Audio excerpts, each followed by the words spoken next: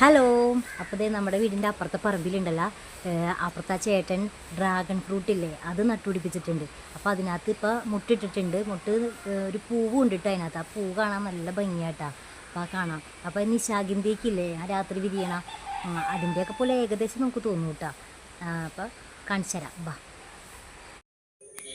ഇതാട്ടാ ഞാൻ പറഞ്ഞ പൂവ്. നല്ല ഭംഗിയില്ലേ കാണാനായിട്ട്.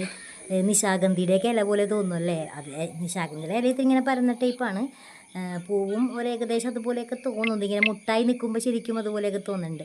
അപ്പോൾ ഇത് മുട്ടായി നിൽക്കണത് മുട്ടല്ല കേട്ടോ. അതിങ്ങനെ പൂ വിരിഞ്ഞ് കഴിഞ്ഞതിൻ്റെ ഇതാണിത്. ഇതുണ്ടാകും പൂ വിരിഞ്ഞിങ്ങനെ കഴിഞ്ഞ് കഴിയുമ്പോൾ അതിങ്ങനെ വാടി ഇങ്ങനെ പോണതാണത്.